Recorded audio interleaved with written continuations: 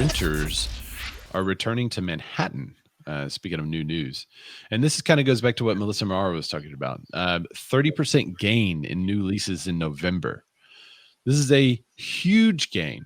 So as we continue to update you on the New York real estate scene, which it kind of seems like we have the last couple of weeks, we've been talking about. Well, it's been really interesting though. Like, we having Jay on, and because there was a mass exodus from New York, he was like, no, that's not the thing. So this is kind of a full circle thing. But a lot of times California real estate dictates what the rest of the country is going to do. This has been interesting to watch New York because, it's I don't know, it's just an epicenter. A lot of people obviously work there, and there's just with the Rona happening, people want to get out, and now renters coming back. I think this has kind of come full circle. It's pretty crazy. Yeah. So as we continue to update you on the New York real estate scene, renters are also returning to Manhattan after a record drop in rental prices, according to a report by Miller Samuel and Douglas Elliman. 4,000 new leases were signed, making November one of the strongest Novembers in 12 years. The median rent price is now $2,743, with most landlords offering more than 2 months of free rent. That's a great deal. Lower prices. Awesome. This is a quote from the CEO of Miller Samuel, Jonathan Miller. He said, lower prices have created this trigger for inbound migration. That's one of the early signs of market potentially improving.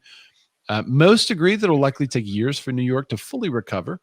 There are even reports that many buildings are only listing a small portion of the rentals available, with fear of creating too much supply, further depressing the rental prices. There is an anecdotal story in there. There's a quote from Jana Raskop. They're the leading rental broker at Douglas Elliman, and they say what clients are telling me is that they're tired of the suburbs and they're missing the city.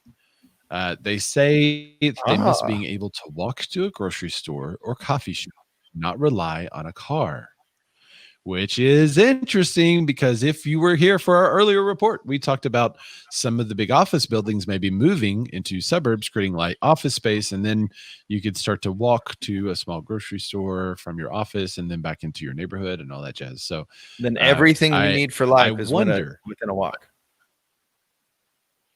Yep. What's it going to look like in 50 years? Or even like the towns in Texas going to have these small little, like you don't need anything. You could kind of be in 1 or 2 square miles of your entire neighborhood and have everything you want, just like the big city of New York? Or will we all go more densely populated and start to build up on top of each other again? I don't know.